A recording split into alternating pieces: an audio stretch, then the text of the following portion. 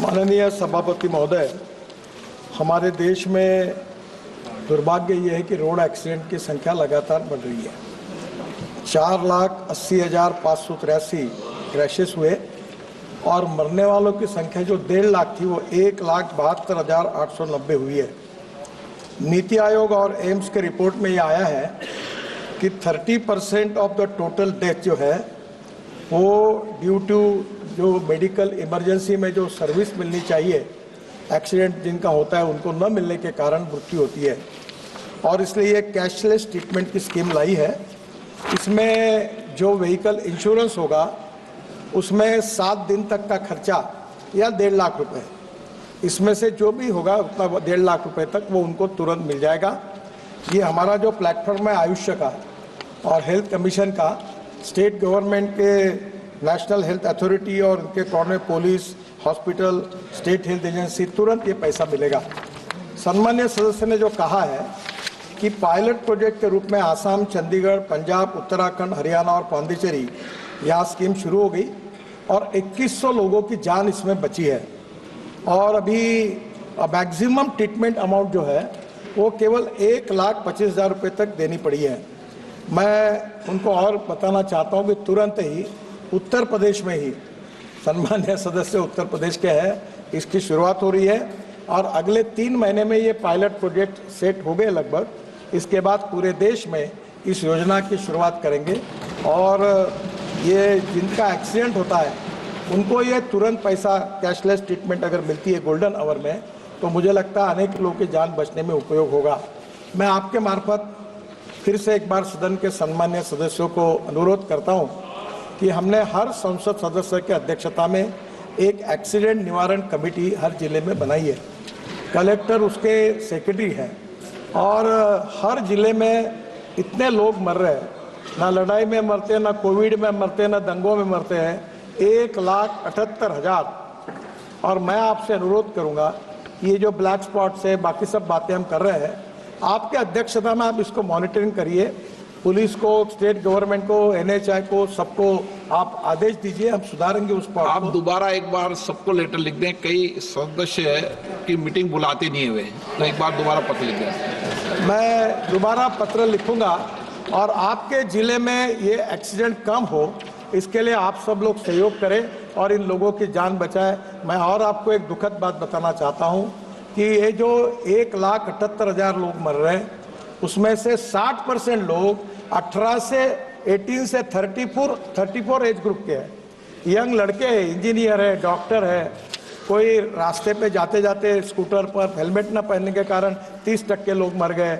Red signal है, पालन नहीं करते हैं। अभी भी कानून के प्रति डर भी नहीं और सम्मान नहीं, ऐसी विचित्र अवस्था है। आपके सहयोग से आप जरूर करिए, ये मैं आपके मार्फत सदन को आह्वान करता हूं और आपने जैसे आदेश दिया है मैं तुरंत फिर से पत्र लिखता हूं। सप्लीमेंट्री है? नहीं, बोल दिया। नवीन जिंदल जी।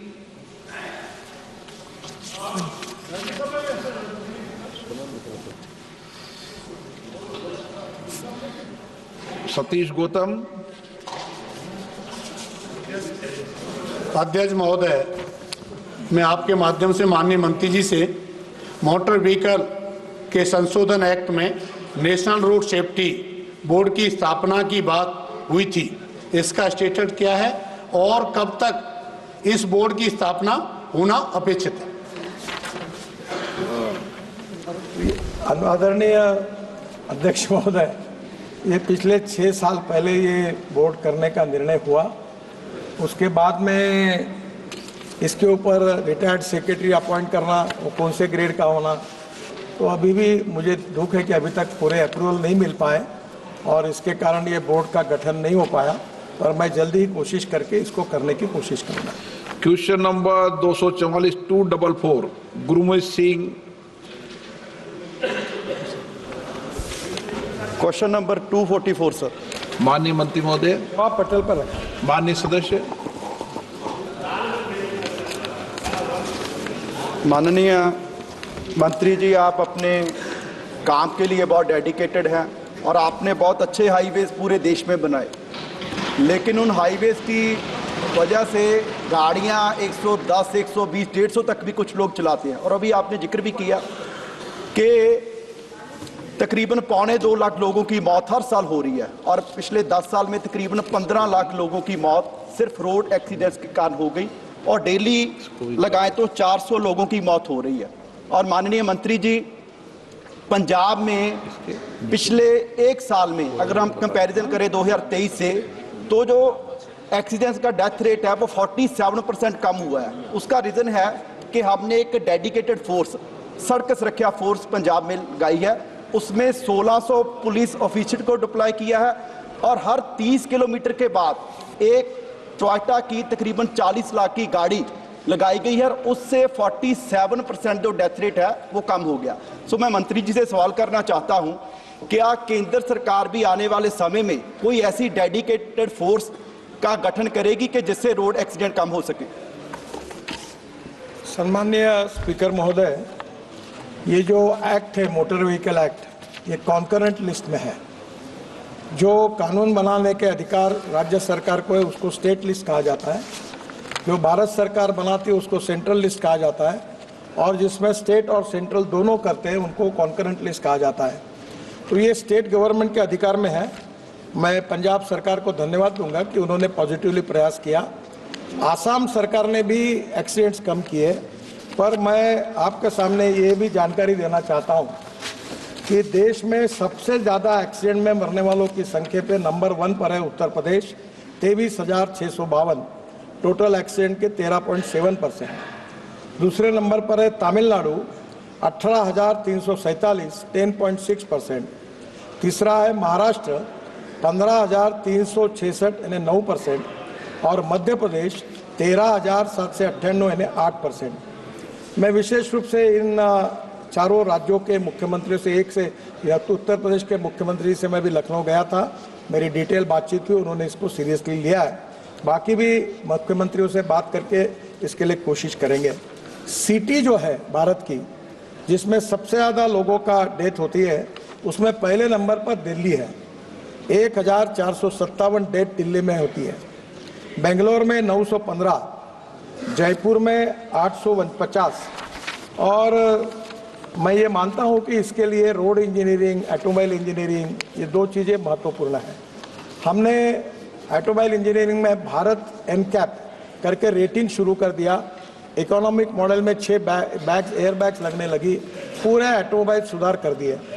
रोड इंजीनियरिंग में कमियां थी, 40,000 करोड़ रुपए ब्लैक स्पॉट इंप्रूवमेंट के लिए हम खर्चा कर रहे हैं, काफ़ी ब्लैक स्पॉट्स हमने दूर किए।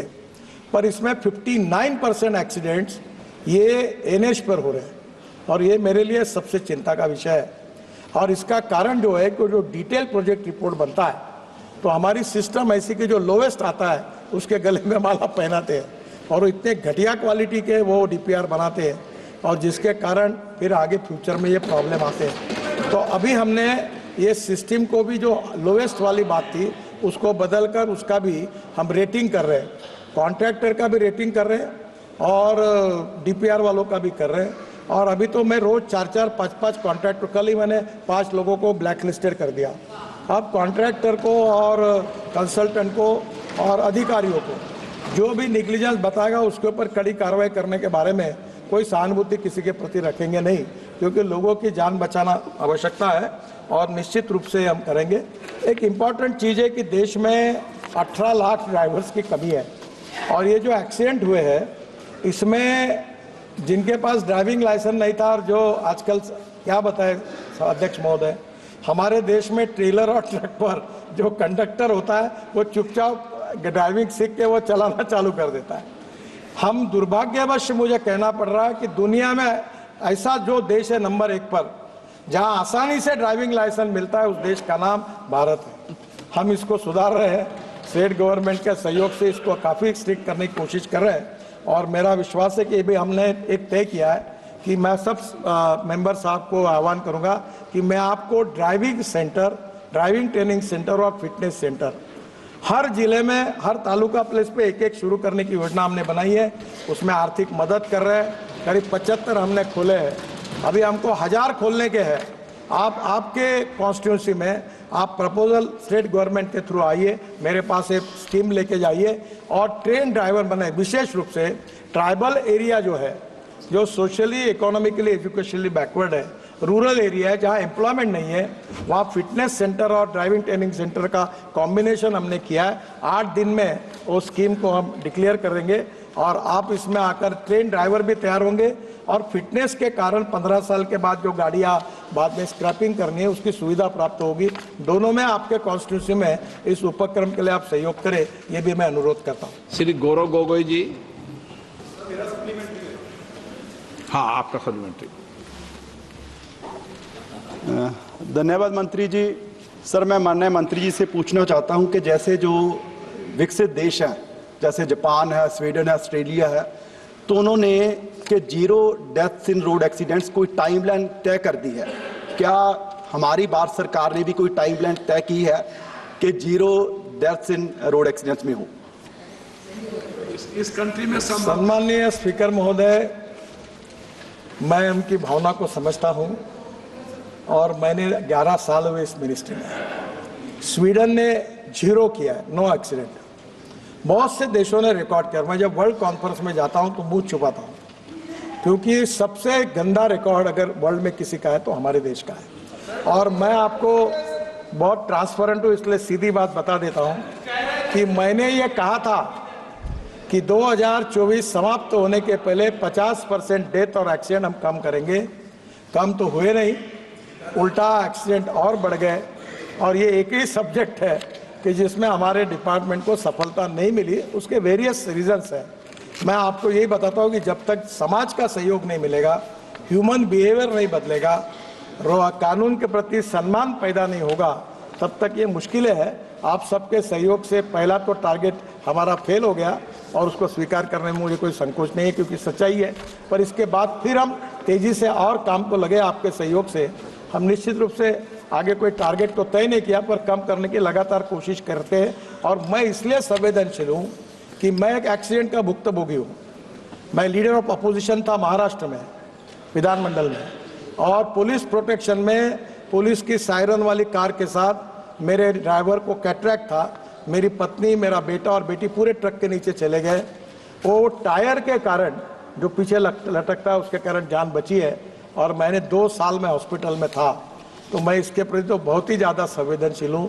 पर दुर्भाग्यवश बहुत कोशिश करने के बाद भी जो कम ही है तो हुई नहीं, उल्टी बढ़ी है। ये चिंता का विषय है। आप सबके सहयोग से इस उद्देश्य को पूरा करने की कोशिश करेंगे। धन्यवाद धन्यवाद धन्यवाद अध्यक्ष महोदय।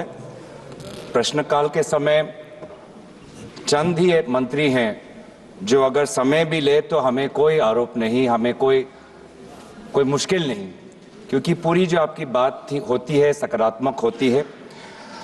रोड एक्सीडेंट्स के मामले में आपके उत्तर में विवरण है कि असम में लगभग 27,000 एक्सीडेंट्स हुए हैं और ज़्यादातर एक्सीडेंट्स उसी चीज़ के कारण हुआ जिसमें आपने अपने खुद का उदाहरण दिया कि ये ट्रक ओवरलोड होके आते हैं, बड़ी स्पीड में जाते हैं और रात के समय जब फॉग, और विशेष रूप से अब जो फॉगी कंडीशंस होते हैं शीतकालीन समय में, वो रात के या सुबह के 1 बजे 4 बजे जब जाते हैं, तो क्या आपकी मंत्रालय क्या कर सकते हैं इस संदर्भ में? क्या जो लाइटिंग के संदर्भ में क्या हाईवे कॉन्ट्रैक्टर्स अलग अलग जगह पे लाइटिंग डाल सकते हैं? क्या अलग अलग जगह पर लॉ एंड ऑर्डर कॉन्करेंट है क्या, लेकिन क्या आप सीसीटीवी कैमरा लगा सकते हैं ताकि जानकारी पुलिस तक पहुंचे, डेटा आपके पास रहे और जानकारी पुलिस तक पहुंचे ताकि जो भी ट्रक ओवर स्पीड कर रहा हो उसको हम पहले ही रोक ले? क्या इस प्रकार की कोई सकारात्मक सोच? और सर, एक और कारण मेरे क्षेत्र में ये है और आपको भी पता है कि जोरहाट के लोकसभा क्षेत्र में वो कितने साल हो गए, कितने कॉन्ट्रैक्टर चेंज हो गए, लेकिन वो NH37 हमारा संपूर्ण नहीं है। बहुत खराब वहाँ पे डिज़ाइन है, जिसके कारण ट्रक्स और ये लाइटिंग के कारण बहुत ही वहाँ पे एक्सीडेंट्स हो रहे हैं। तो जोरहाट में क्या आप डेडलाइन, क्या आपकी मंत्रालय अभी कोई डेडलाइन दे पाएंगे कि वहाँ का हाईवे का काम कब संपूर्ण हो जाएगा? धन्यवाद। अन्य स्पीकर महोदय, दिक्कत यह है कि रोड पर ट्रक खड़ा करते हैं हमारे NH के ऊपर। मैं बोलता हूँ उसके ऊपर कार्रवाई करो, तो कार्रवाई करने का अधिकार लॉ एंड ऑर्डर राज्य सरकार का होता है। अभी हमने एक इससे तंग आकर एक नया टेक्नोलॉजी करके नियम लगाया कि अब ऑटोमेटिक एक्सल जो है उसमें वेट मैनेजमेंट सिस्टम हमने तैयार किया है और ट्रक के ऊपर लिख के आएगा कि वजन कितना डाला हुआ है, ताकि आप इतने लोगों पर, मैं बोल नहीं सकता आपको इसमें क्या क्या होता है, तो इसलिए मुझे लगता है कि ये भी होगा। और जोराट झांझी, ये आपका विषय है, मैं भी इसकी 10-12 मीटिंगें ले चुका हूँ, चीफ मिनिस्टर भी परसों आए, वो भी कह रहे थे। अब लगभग फरवरी 2025 तक ये काम पूरा होगा और अब नया कॉन्ट्रैक्टर ने दिया है और अब काम गति से चल रहा है, पर फरवरी 2025 को वो पूरा होगा। और ये जो कैमरे हैं ये हमने लगाए हैं और अभी हमने किया है कि हमारे पास खाली जगह पड़ी थी, तो हमने एक हम सफ़र करके योजना चालू की है, जहाँ पेट्रोल डीजल गैस स्टेशन होगा और वहीं बाजू में एक छोटा रेस्टोरेंट ढाबा भी होगा और कम से कम 10 ट्रक और 15-20 कार का पार्किंग होगा और वो छोटे जगह पर एक वॉशरूम टॉयलेट्स भी होंगे और उसमें ट्रक वगैरह अंदर जाके जाएंगे। जो रोड पर पार्किंग करते हैं ये एक प्रॉब्लम। दूसरा प्रॉब्लम हाई स्पीड, ये प्रॉब्लम नहीं है, पूरे वर्ल्ड में हाई स्पीड चलती है। प्रॉब्लम वो है हाई स्पीड नहीं करना चाहिए, उसमें दो मत है, पर प्रॉब्लम लेन डिसिप्लिन का है। और लेन डिसिप्लिन में ये इधर से उधर ट्रक वाला लेन बदलता है और स्कूटर वाले उसके अंदर घुसते हैं, तो वो नीचे में गाड़ी और स्कूटर वाले उसमें जाते हैं। तो लेन डिसिप्लिन का पालन करना, इसके लिए अभी कुछ जगह कैमरे शहरों में लगे हैं, फाइन भी लगने लगे हैं बहुत। मुझे भी फाइन लगा, 2 बार भरना पड़ा मेरे कार को मुंबई में, तो ये अभी वो कैमरा में आता है, अब लोग उसकी भी तकरार कर रहे हैं। तो प्रॉब्लम ये है कि ये जितना इंटेलिजेंट ट्रैफिक सिस्टम है वो करेंगे, और उसके साथ साथ मन में ह्यूमन बिहेवियर जब तक नहीं बदलेगा। अब पूरे फिल्म स्टार अमिताभ बच्चन हर साल अभी कार्यक्रम है, सबकी मदद कर रहे हैं, क्रिकेटर की मदद ले रहे हैं, सेलिब्रिटीज को ले रहे हैं, स्कूल में कार्यक्रम कर रहे हैं। मैं आपको आह्वान करता हूं कि आपके एरिया में स्कूल के बड़े बड़े कार्यक्रम करिए, हमारे डिपार्टमेंट आपको सहयोग करेगा, एजुकेशन इंस्टीट्यूशन, यूनिवर्सिटीज, ताकि हम रूल्स ऑफ द रोड के बारे में हम लोग उसका पालन करेंगे, वायोलेशन नहीं करेंगे। अब मेरे सामने एक लाइट सिग्नल लगने के बाद गाड़ी घुस जाती बीच में, वो आई और दूसरे ने डैश मार, मैंने आंखों से देखा। इतनी जल्दी क्यों करते हो? रेड सिग्नल लगा तो रुक जाओ ना। ये छोटी छोटी बातें जो है ये आपके सबके सोसाइटी के ऑल स्टेक होल्डर्स के सहयोग के बिना नहीं होगा। मैं आपको एक बात बताता हूँ, विदेश जाते हैं, मैं चॉकलेट खाता हूँ तो मैं नेचुरली वो अपने जेब में रखता हूँ और हिंदुस्तान में खिड़की से फेंक देते हैं। अब प्रॉब्लम यह है कि हमें बदलना पड़ेगा और छोटे बच्चों के लिए कोर्सेस लगा है, कैंपेन चल रही है। वैसे आप लोग भी आपके कॉन्स्टिट्यूशन में इसकी मदद करिए। बस बॉडी कोड, ये एक मेरे से गलती हुई। हर बार ये हाथोड़ा लेके रोड पर खड़े होकर बस बॉडी बनाते थे और मैं जब करता था तो मेरे पास गरीब लोग, हम बेकार हो जाएंगे, ये लुधियाना, पंजाब, इंदौर, हर बार का गरीबों का कैसा होगा। मैं हर बार उनको एक्सटेंशन देता था। हमारे समृद्धि महामार्ग पर एक प्राइवेट बस पूरी तरह एक्सीडेंट हो गया, जल गई और 45 लोग जल के मर गए। जब यह बात देखी तो मुझे लगा कि ये तो अपनी गलती है। अब हमने इंटरनेशनल स्टैंडर्ड का बस कोड 24 से लागू कर दिया है। इसके बाद हिंदुस्तान में हर बस ये इंटरनेशनल स्टैंडर्ड के सेफ्टी के माध्यम से होगी। और जब बस में अगर एक्सीडेंट होगा तो इतनी बड़ी कांच होगी और बाजू में वो प्लास्टिक की हथौड़ी होगी, उसको खोद के वो बाहर निकल सकेंगे, ताकि हमने अभी जो हमारी लोग हैं उनके जीवन के साथ खिलवाड़ किसी भी हालत में नहीं करना, ये हमने निश्चित किया। माननीय सदस्यगणों, पूरा सदन इस बात को लेकर चिंतित है। मैं सदन में सभी माननीय सदस्यों से आग्रह करता हूं, या पूरा देश बैठा है, हमारी अध्यक्षता के अंदर एक कमेटी भी है। हमको गंभीर प्रयास करना चाहिए कि हम सड़क दुर्घटनाओं को रोकने में कामयाब हो सकें, और इसके लिए जब तक हम समाज में जागृति नहीं करेंगे, विशेष रूप से नौजवानों को इस गंभीर दुर्घटनाओं के बारे में नहीं बताएंगे, जब तक हम दुर्घटनाओं को कमी नहीं कर पाएंगे। इसलिए समाज को जागृत करना, दिशा देना, ये भी हम सब जनप्रतिनिधियों का दायित्व है। मुझे आशा है कि हम सामूहिक और गंभीर प्रयास कर सड़क दुर्घटनाओं में कमी करने के संकल्प के साथ अपनी बात को समाप्त करेंगे।